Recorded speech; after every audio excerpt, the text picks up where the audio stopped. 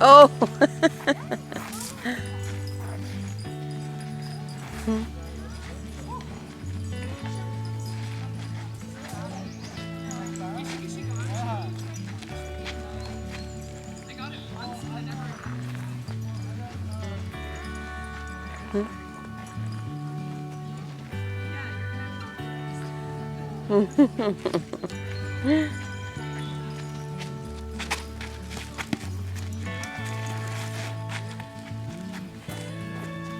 Now, is the object to catch it? Okay.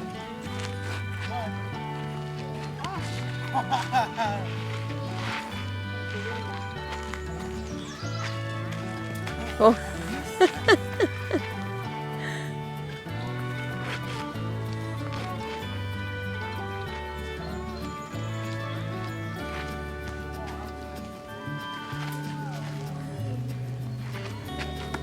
Oh, so close. Yeah, would you like to try? Oh, I. Yes, please, please.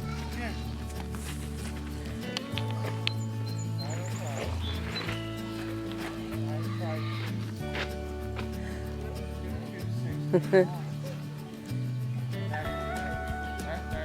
Get a glass of this. Wonderful. Nice and cold.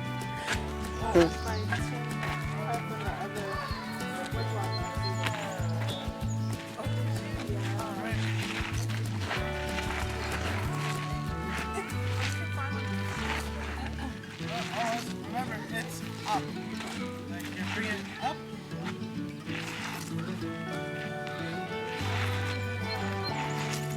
So, what you're doing is you're not doing it fast enough. Ooh, But also, remember, Put you a bring s- it up. put a spin on it. Ooh, look at that.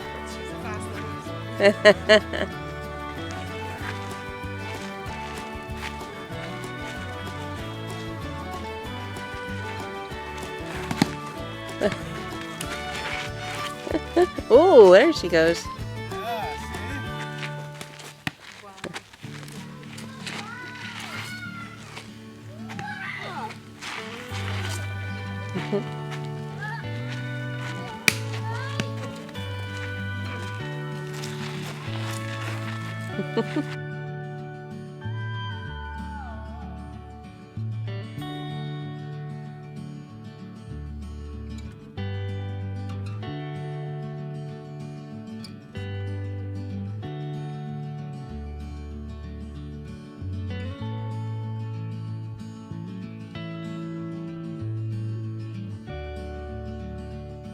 Yeah, babies cannot walk. Oh, I'm so sorry. I don't want to hit you guys. So, this,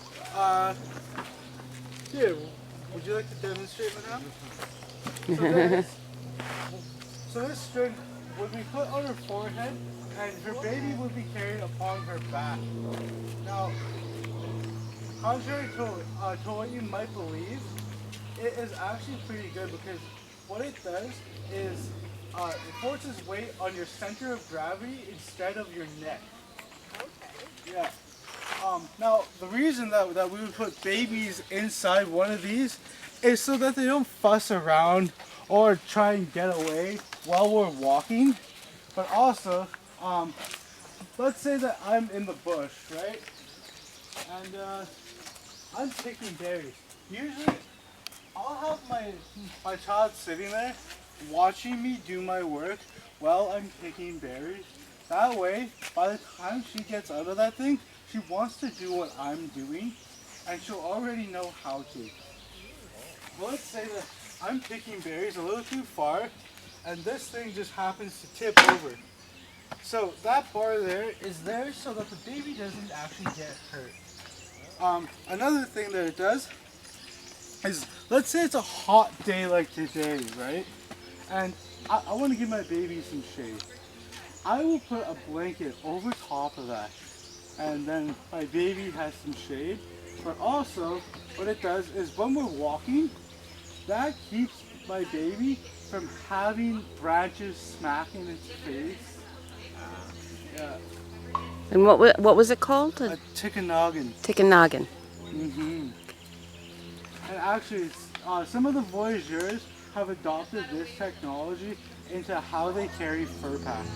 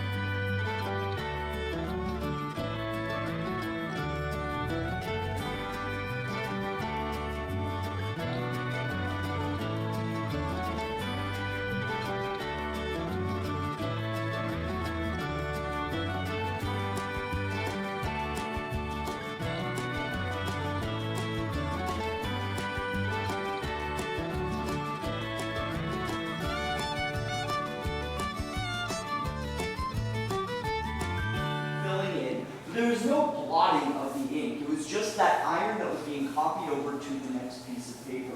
And shockingly accurate. However, you can only get one side of the document, and you have to hold a candle behind the back of this or hold it up to a light to actually read the document, because it was actually quite a light writing, but that beats out writing the same shipping manifest 3 times over for over 200,000 pounds of fur that we were cataloging going out to Montreal, and all of the shipping goods that were heading into the interior. So it saved us clerks quite a bit of busy work.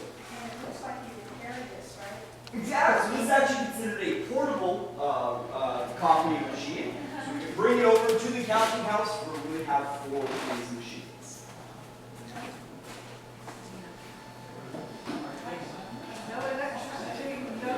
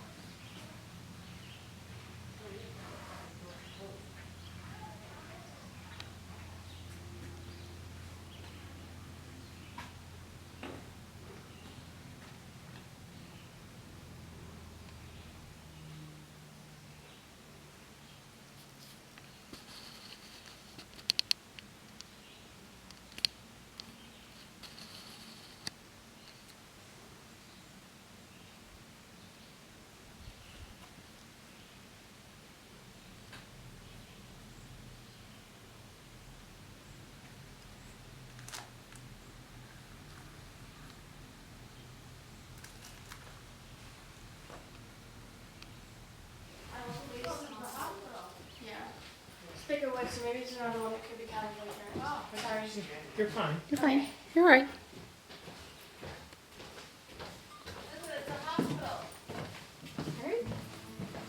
That's cool. British Roll Hall's pretty yummy.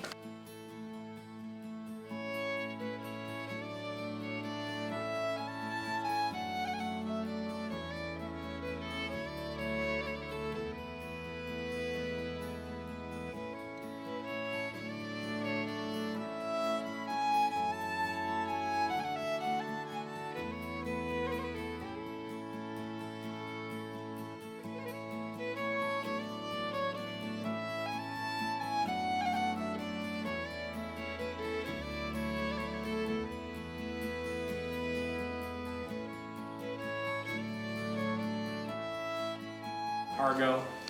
So it's really about 200 pounds per man to carry that. There's still 200 pounds to carry the pack. So you're always doing 200 pounds no matter what. Good. Why are there all these holes in the floor?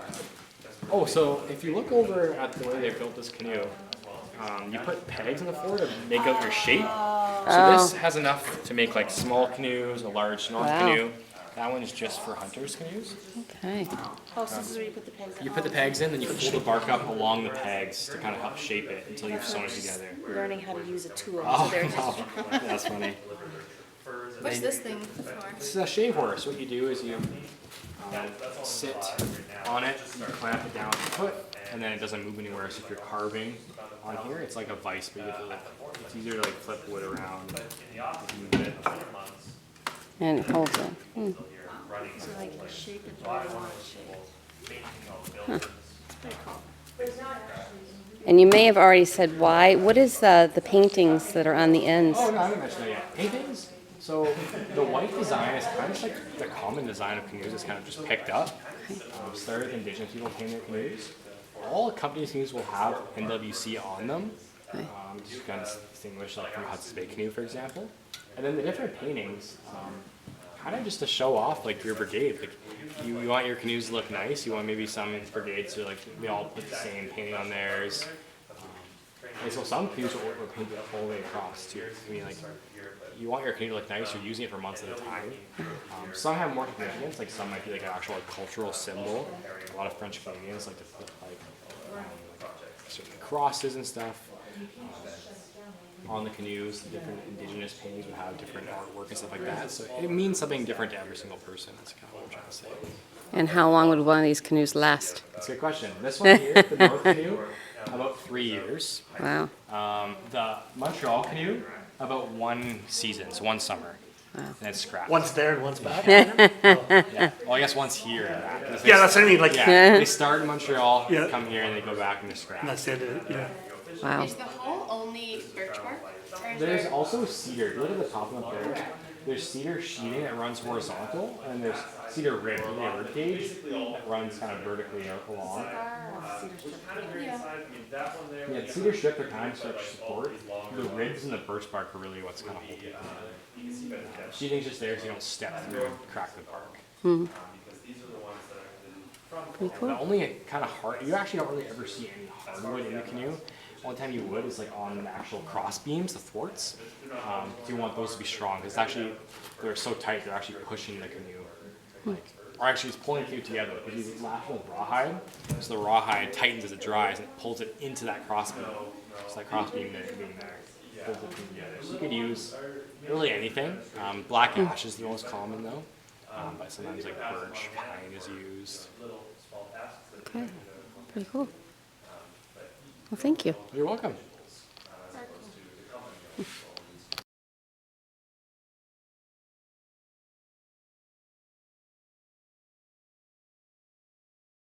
So in spruce root, so they get the spruce root nice and wet, and they soak it overnight for a couple days. It's nice and flexible, and then they'll poke holes in the birch bark and sew the panels together with the spruce root, and they're just going along the edge there. Spruce root is, this is spruce root here. That's the thread. Yes. Okay, that's what they were selling in the store. I didn't get a chance to actually see it. So right now it's hard and brittle and you can snap it, but when you soak it in water, it gets nice and malleable, then you can sew with it. Okay. That's how it's- So they're doing kind of like a flip back stitch or something. or they're using 2 threads, how do they do it? That is a question for the canoe Yeah, builder, because because you I'm can't, not. if you're just going up and down, they must be, they're using the same pole, I don't know. Yeah, they might be going through twice. Twice is what I'm thinking, like Yeah. 2 different, to make it strong. Okay, so it's all, and then they soak it incrementally, I'll soak it some, then I'll sew some. Yeah, Okay. yeah. Neat. How do they soak it here? With buckets. Okay. Oh, yeah. I don't know if there are any. I mean, there are a couple barrels here. Oh, there's a bucket over there. Okay. Just regular buckets. You can also use. Oh, here, a perfect example actually. This one is full of water and switch root. But they had to soak this tree bark also to shape it, right? No, not necessarily.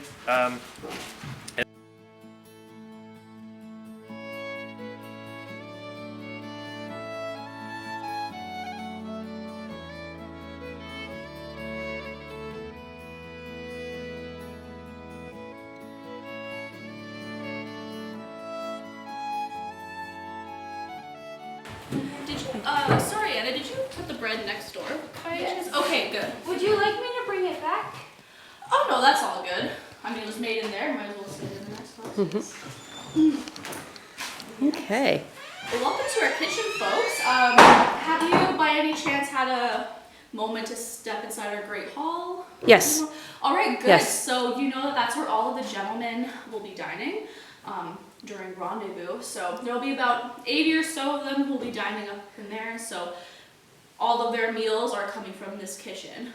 We are also feeding the tradesmen who are here, and if the gentlemen or the tradesmen have any families, wives that they're bringing to rendezvous, we are also feeding them as well. However, they are getting smaller portions than those who are sitting up in the Great Hall. So we're feeding about 200 people out of this kitchen. So it's not for everyone in the fort, unfortunately, but still 200 is still a pretty big number. So it's quite a lot of work we have to do in here.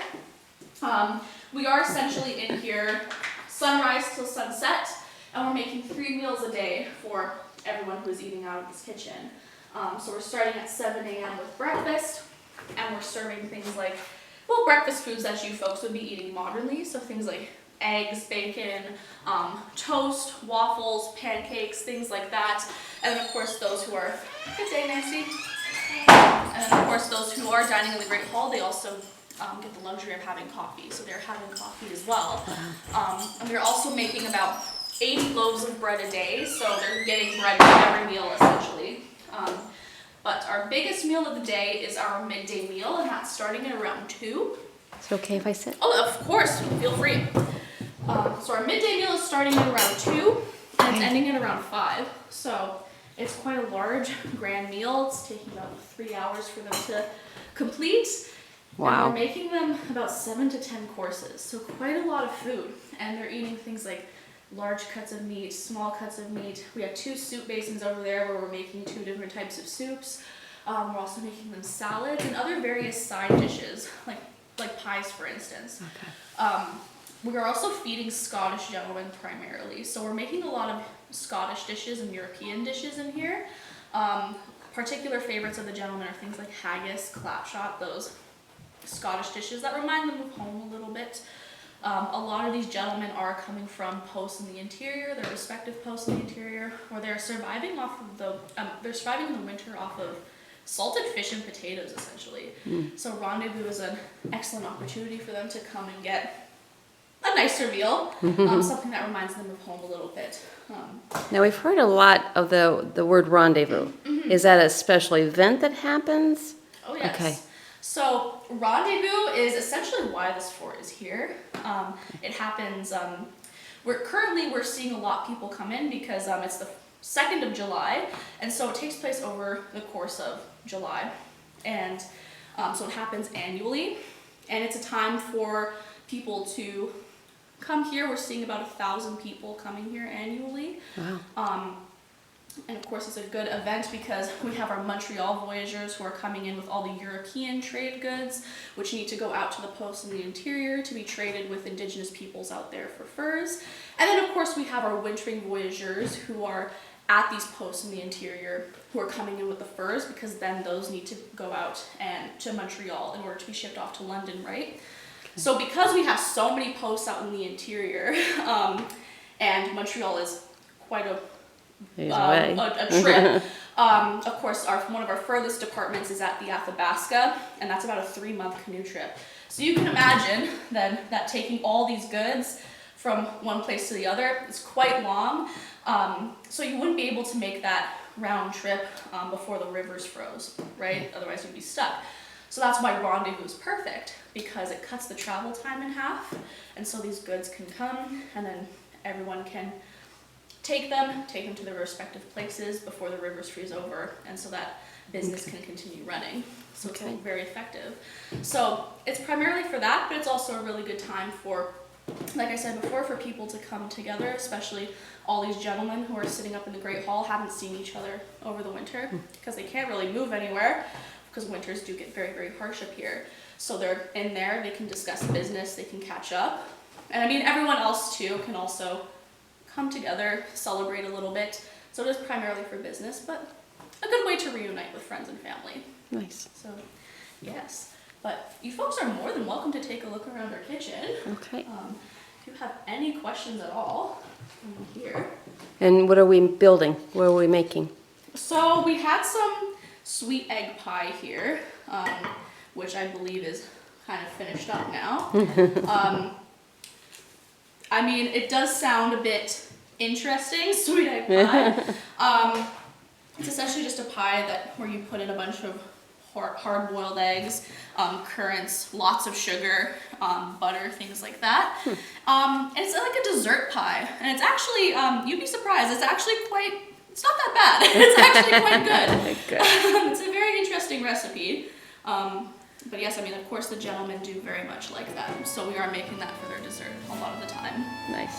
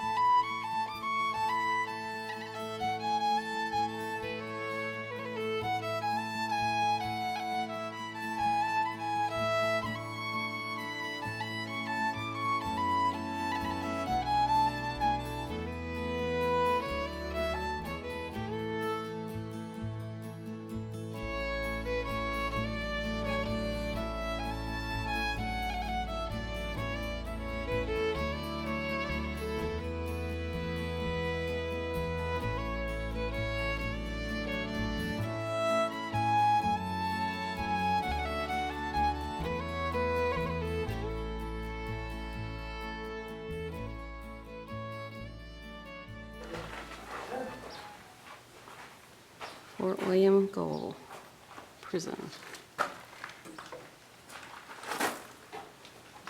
Here's a blacksmith. Did you see the blacksmith something? Yeah, there's a blacksmith something. Wow. Just a dirt floor.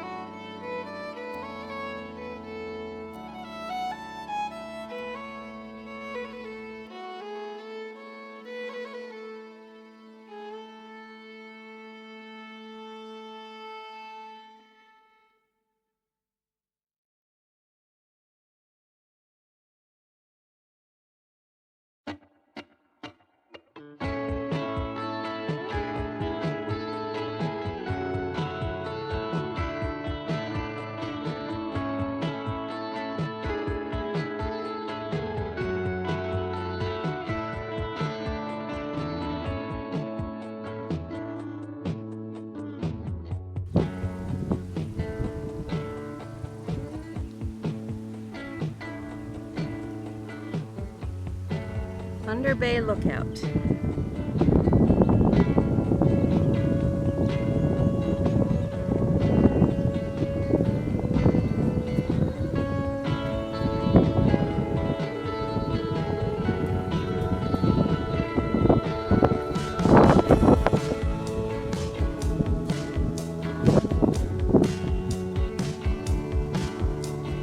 Although you can't see very much.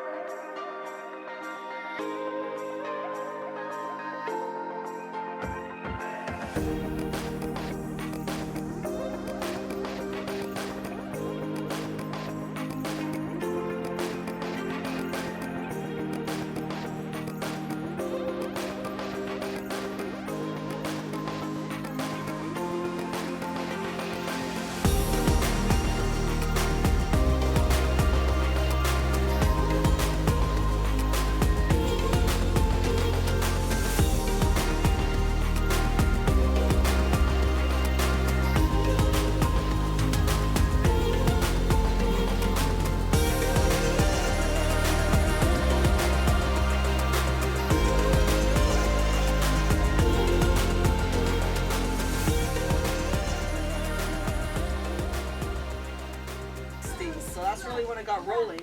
And then my mother-in-law and father-in-law bought the place in 1980, so this is our family business now. 45 years, yeah, this year, so we're really proud of that. There's pictures of my in-laws in there. My father-in-law passed away in 2018, he was 91.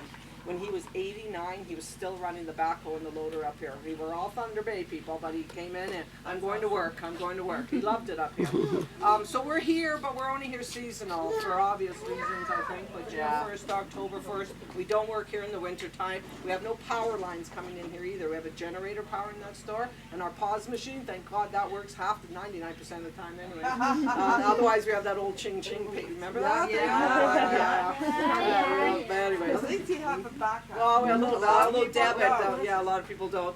So we're here seasonal, but when you get a chance to look in the store, you'll see all the items. We make 99% of those things, but we make them in our store in Thunder Bay. So the Amethyst Gift Center in Thunder Bay is us. And it's open year round, okay? So 99% of it's made in the winter, but every once in a while I run out, say, picture frames or light catcher sizes, and Haley down in our store in Thunder Bay, I'll phone her up and say, Haley, make me 20 whatever light catchers this size or whatever, right? So that's mostly what she does in the summer, because I just need little batches of things when we're running low. So we're here and there. The most important thing, I think anyways, that my father-in-law did was phone up Lakehead University. The geology department there has done a lot of research here, and other geologists too. We get geologists in here all the time. Everybody's got their specialty, right? But not everybody understands amethyst necessarily. But they come in, and is anybody a geologist? Before I say anything, they argue. They just say, no, that happened, this happened, whatever. So anyways, they give us their information. What they think happened here about 1.2 billion years ago, there were actually mountains here. And they were pushing down, causing pressure, and the glaciers slid the mountains away. And there was all this sort of earthquake activity. It was called mid-continental rift. The Great Lakes were forming, the continents were moving around. Up by the truck here, the ground was right together, and it shifted and moved, and then it opened up about 15 meters. So our quarry up there is actually a fault line, okay? And it runs east to west, kind of meanders a bit. But all the granite, which is a couple billion years old, it all got broken up, and it caved in. So think of that quarry as a big ditch with these boulders and pebbles, but now there's space, right, cracks sitting there between those rocks. Well, down deep in the earth was this nice warm water and minerals, including the mineral quartz, which is what amethyst is. And it percolated up into all those spaces, all those rocks sitting there, and then it started, as it got to the surface, it started to cool on the granite. So not in it. Does anybody know what a geode is? Where you've got a rock, you cut it in half, crystals are inside. We don't have them here. Don't be looking for them. Too bad. No, most amethyst geodes, even they're so locally, are brought in from South America, Brazil or Uruguay usually. Their rock, whatever their rock was so hot it was bubbling up and had a gas pocket in the middle. And the crystals ended up on the inside. Our granite was sitting there already. So ours grew on it, theirs grew in it. But these two pieces were together like a puzzle. We just saw a vein about an inch, right, or a few centimeters, and that was it. On this one, we just saw like a quarter of an inch or a centimeter or two. That was it there. This one, you can see the drill hole. When we're into this kind of material, it's there, right? The veining's all tight together. We can't pry it apart. So what they'll do is drill holes about 3 feet down, a couple of holes, and then they'll put little charges in there because they don't want to blow it to smithereens. We just want to loosen it, jolt it, right? It'll loosen on the vein and then pull it apart, see what it looks like. A good solid base of granite with a flat edge of nice amethyst. That's what people are looking for when they're building fireplaces and walls. That's our building material, but we haven't had that for a lot of years. We're into really thick veining. But let's go up here. We'll talk about the thick veining in a minute. So this shows everything. So quartz is, anybody know what quartz actually is made out of? What compounds? It's silicon and oxygen, silicon dioxide. And it starts to cool, forming these white quartz crystals. And most people think of quartz as white because that's what it is around most of the world. But have you noticed how red our soil is around here? And those for red rock. They call it red rock for a reason. Yeah, but that red has a little bit of iron in it. This iron atom got into the quartz. I'm just going to continue, guys, but at the end, hang out, okay? We'll backtrack and catch you up on what you missed, okay?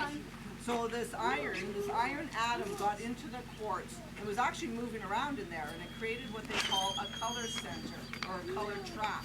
And all that means is all the light spectrum, it's all the colors of the rainbow, they're all bouncing around in there, but the green and the yellow is being trapped and absorbed. We're not seeing green and yellow anymore, but the other colors, most importantly, your red wavelength and your blue wavelength. What happens when you mix red and blue together? Does anybody know?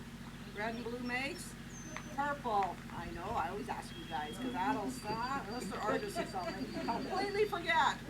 So yeah, light lavender has the least amount of iron. You get pieces almost black, but a lot of people haven't seen this before. It's cap red. This is unique to this part of the world. If you look at the underside though, you can see it from the side view here where it's broken. It's actually purple underneath.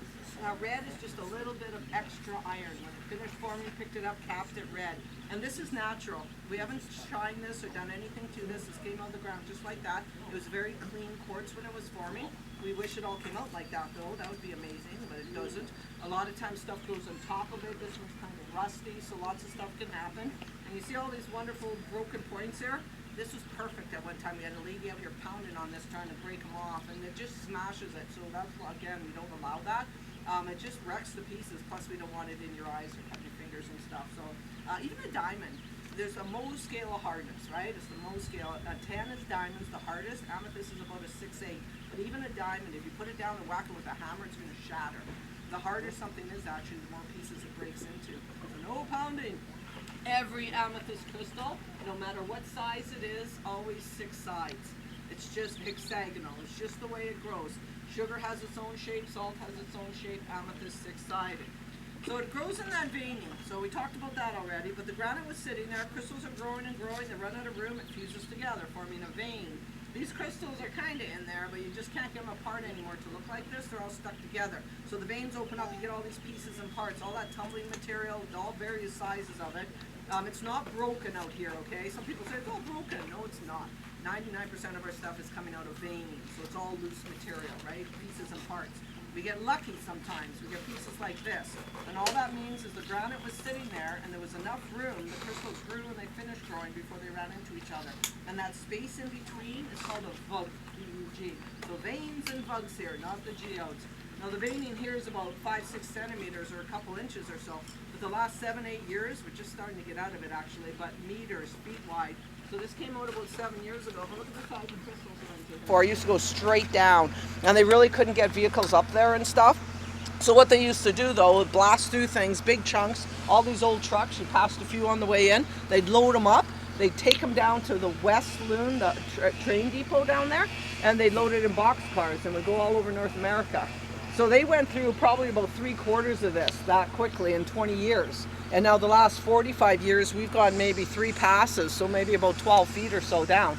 So we're doing it much more purposeful. We have a lot more products. They started tumbling a little bit, but they would tumble up here. They had tumblers.